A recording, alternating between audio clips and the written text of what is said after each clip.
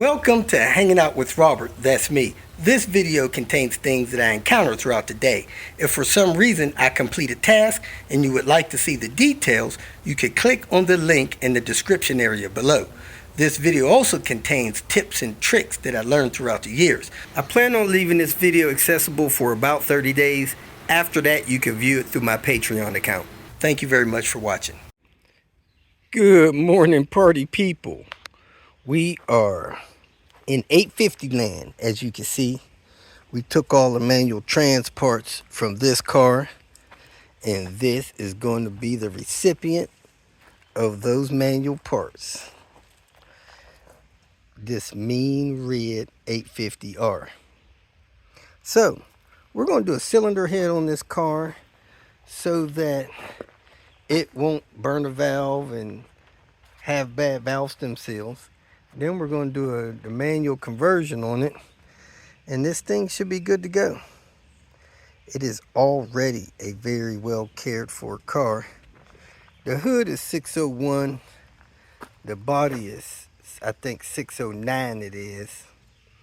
It's got to get painted, the hood does. It's got some of this carbon fiber tape on these deals here. Got the light color interior, as you can see, and it's got a lot of nice little touches on it. It's in real good condition. Was lowered, no longer lowered.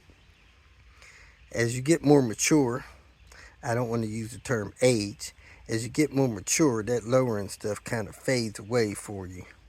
But we're going to set this thing up and get it right. As you can see, yesterday, Manny got a lot of this stuff done. Get this cylinder head out. All we got to do now is lift the lifters out, break these bolts loose from the head, and we could lift this thing out. I'll make sure we got this water pipe loose on the back side over here, and then we could clean this block up and get ready to put the fresh cylinder head on. Already been rebuilt. These are the old style lifters. You do not want to use these if you don't have to. Use the newer ones. Pull that bolt out of the inner tiny belt cover. That's the bolt there. The magic bolt that a lot of mechanics leave out when they do cylinder head jobs on these cars. Now this cylinder head is going to be refreshed and kept as a spare for this 850 owner. He's got a couple 850s, so it ain't bad to have a spare cylinder head around, even though he probably won't need it. This is my favorite socket for getting head bolts out. It's 14 millimeter power torque, which is O'Reilly brand. That's the part number there, GM8330. That thing is a very thick wall. I've used it for years, broke a bunch of head bolts loose with it. That is the real deal, people. Time to get with it. Look how tall it stands outside of the cylinder head. That's my friend. We got the cylinder head off. Of course, before you put the new cylinder head on and lock down the cam cover, you got to make sure the timing's right. And I didn't do that as good as I should have on Gregory's car. First time that ever happened to me. So I'm going to make sure that the timing is right on the crank on this before we bolt that cylinder head cam cover down. But it looked like it had some oil leak or a little bit of maybe an exhaust leak on 1 and 5. Maybe a little bit on 4. 2 and 3 look a lot better. Now, this is probably one of the cleanest piston tops I've seen. Piston tops are relatively clean on this. The cleanest one I've seen was on James's car in Covington. Of course, he was running cheap gas in that thing. He thought I said, use cheap gas. And that's what he was using. He had very clean piston tops. And you see some good cross hatching in here. Sometimes it wouldn't be a bad idea to do a compression test before you pull a head off, so you know how strong the engine is, and if the engine is on the weak side, you may want to just drop another engine in instead of pulling your cylinder head and redoing that. I see a little bit of oil buildup on his power steering hose. May want to consider replacing that. This other power steering hose looks like it's being chewed into by the oil pressure switch. That little bit of spot right there. So we need to make sure that that's not doing any damage to that. And we're gonna pull the head gasket off and clean up the block and drop the fresh head on after we get the exhaust studs and everything set.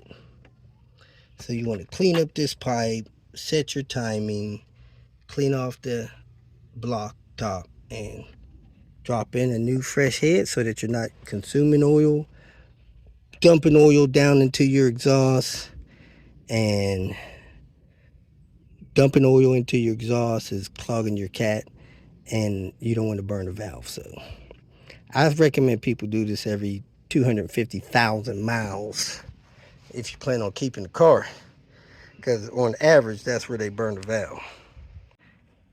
Got the head gasket off. Going to get the block top clean, making sure there is not any of this rubberized head gasket material on there. You want to make sure all of that is off your block. You might have some stain. That's okay. Never reuse a head gasket, and I only use Volvo packaged head gaskets on these cars. Do what you want to do. I like it to last until I take it apart. Some of you guys don't mind using aftermarket head gaskets and it leak after a couple of years and redoing its job. I have no fetish for taking cylinder heads off of Volvos. I just don't. So I don't use aftermarket head gaskets. The only ones I'm going to use comes in a Volvo package. Hope that helps. You want to make sure the block top is clean, the exhaust manifold is clean, and your coolant pipe is clean. If you have another exhaust manifold, Japanifold, or manifold, now's the time to install that thing while you got the head off. And there is the Volvo head gasket. Now, I found out that there's two ways to buy this gasket. One way is like here in the package. It looks like a fresh, clean gasket. And for some reason, I've ordered some and they came copper sprayed. You know, there's guys that don't put head gaskets on unless they've been copper sprayed. And you could buy the copper spray and do 10, 20 head gaskets yourself. But I think the newer head gaskets like S70, V70, those series actually come already copper sprayed. Now, you don't have to copper spray them. I never did. I never have.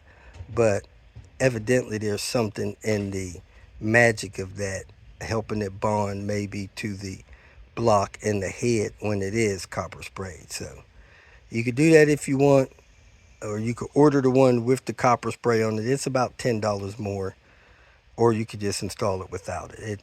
I haven't had any poor experiences doing it anyway, but a lot of guys like the copper spray on these things. So we're gonna pull this wheel so we can access the timing stuff. And man, come down here to put a jack stand under this car. And what in the world do I see? From all the way back near the back wheels, all the way up under this thing to the front subframe, he has got this thing braced up. Is he trying to race the police or the Corvettes? I don't know. He sure ain't racing those Priuses like I race. He racing something else. Anyway, got the jack stand stood there. We're gonna go ahead and pull this tire, access that timing belt stuff, and get ready to drop this head on. We have the piston tops brushed off, the engine block brushed off, the exhaust manifold brushed off, Got that cleaned up a little bit. So now we're going to pull all this paper out, dry out our holes so our head bolts won't get stuck in none of these holes or won't have any fluid in them stopping them from being torqued properly. And then get ready to drop this head on here. We're also going to pull these timing belt parts and put new timing belt parts on. We think the water pump's good. It looks like it's been replaced by the previous owner. And just in case, we got one here. So let's get this rocking. Rained a few minutes. Not long enough to really get the ground wet. Just enough to chase us inside to have lunch. So we've had our lunch and we're about to get back to it. We're going to reuse these exhaust manifold studs. So we got to get these exhaust manifold stud nuts off of these studs so that we can reuse them. I soak them in PB Blaster or something. You can also knock any rust off of them so that when you pull them off, you don't eat up the threads on them. If you eat up the threads on them or damage them, you're going to have to get some to replace them. We have all of the holes blown out. Everything cleaned up here. There is some kind of catch down in there, that block. I don't know what that's all about. Anyway, I'm going to set the timing and then we're going to put the head gaskets down and put the head on.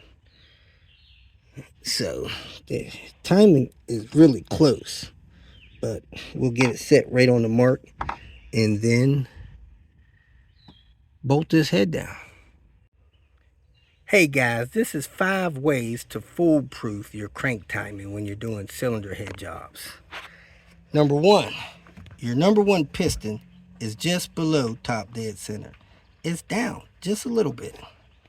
Number 2, if your harmonic balancer hadn't been screwed up, you got a notch here on your harmonic balancer. Those notches kind of line up to where your timing belt goes. Right in line with where your timing belt goes. Number 3, your holding pin on your harmonic balancer, your guide pin is up top.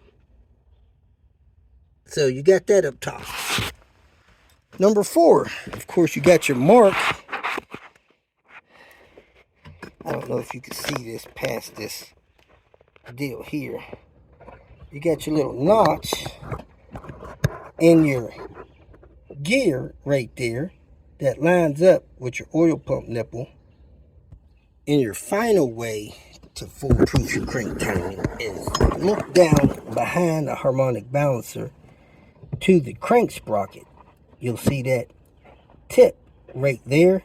That lines up with the valley of the crank sprocket, which goes into the tip of that mark for the timing. So those are the 5 ways to foolproof it. Shouldn't be that difficult. Shouldn't make a mistake with this crank timing. And hopefully that helps. We got a gift. The sins of the mechanic. That black gasket on that HOWR water pump. HOWR's a red block water pump, not a white block water pump. But hey, he survived it. But we got to scrape this black gasket material off the block and then put the new pump on. I might take this cover off to make that easier for me. Let's see. That'll be a lot easier without that cover on it. Since everything else is off, even the cams, that might be easy to do. So let me see about that. Might have to knock this harmonic balancer off too. We'll see. And keep moving forward. But if you're going to use one of these black gaskets, put that blue gasket maker on it first. Just a thin layer. It'll make that easier to come off of there. Pull one bolt out of this timing cover. I think that bolt goes right there. And wiggle that timing cover out of here. And man, look at the access I have to this black gasket water pump mating surface. So that's the kill right there, man. If you don't have no cams in, get that gasket out like that. Well, that worked out. I was able to clean that up within an hour. It looked like I got a little bit more right there. I had a little bit around that pin area, got that off. I'm gonna brush that a little bit more with my hand brush. So yeah, it came off pretty good. The water pump sits on the engine this way. It's turning clockwise, which turns those impellers. Those impellers are taking coolant that falls out of the cylinder head and push it down through this crossover pipe. So the water pump bolts on here, but the coolant comes past all these pistons into the water pump area and gets pushed down that way. When it goes through there, it'll go through your heater core and through your turbo, and some coolant comes through here and gravity feeds down through there, but it goes down into the bottom of the radiator and is pushed back up through the radiator, through this hose, and into the thermostat housing, which in turn drops coolant into the cylinder head. So that's kind of the flow of that. And some coolant gets pushed up through that thermostat housing into this bottle, and gravity feeds back down behind your crossover pipe here. And of course that crossover pipe bolts on the back of the engine block on the other side of the water pump. So that's how the flow goes. And we're about to put this inner case on. We're about to put this inner timing belt cover on so we can put the water pump on. A couple other timing components. Double check.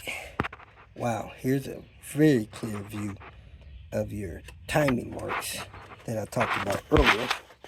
You got that mark on the crank sprocket, and that goes over to the oil pump nipple. So that's how you can confirm your timing. And that's about the best view you're ever going to get of that timing mark there. And like I said, it backs up to the back of that sprocket there. Man, there's so much room in here without this cylinder head in here. We're going to go ahead and pull this transmission. So I'm going to start taking stuff loose for the manual swap, the manual conversion, and get with it. I'm going to disconnect this intake manifold so we can set it totally out of the way. Then I'm going to break these bolts loose around the transmission, break those torque converter bolts loose, take the stuff loose on top of this transmission, and get the bolt out of the bottom of that mount, get the bolt out of the top of that mount, and just get ready to drop this thing. We'll have a little bit of a challenge supporting the engine with the engine brace. We'll have a hook there. We'll have to find something to hook on over here on the engine to support the engine, but it'll be a lot easier with the head off. So let us keep working on that. Everything's coming along fine. Got all of those torque converter bolts out. I did notice that this power steering line is pushing on this oil pressure sensor switch really bad. It's chewed into the sleeve. I'm not sure if it's chewed into the hose, but it broke the wire on it. So for some reason, these power steering lines are positioned in a way that they're interfering with that. This is the broken wire from the oil pressure switch. I don't know if he was getting low oil pressure warning or not, but if he wasn't, he would never get it with that wire broken. So let me go ahead and keep taking stuff loose. I got a couple of these transmission bolts broke loose. Getting ready to disconnect these two lines here from the transmission to the radiator. I got everything disconnected up top, and I'm going to start working on what's in the bottom, working on supporting this engine up here so we can drop the subframe and get this transmission out of here. We got a nut here that's got a little rust built up on it. If you're going to take these off, it's best if you can hit those things with a wire brush, get the rust off of the threads, and then hit it with a little bit of lubricant or PB Blaster. That way, that nut comes right off. Other than that, you're going to fight with it, even with a power tool. You know, this rust will be eating up the threads. Only takes a minute.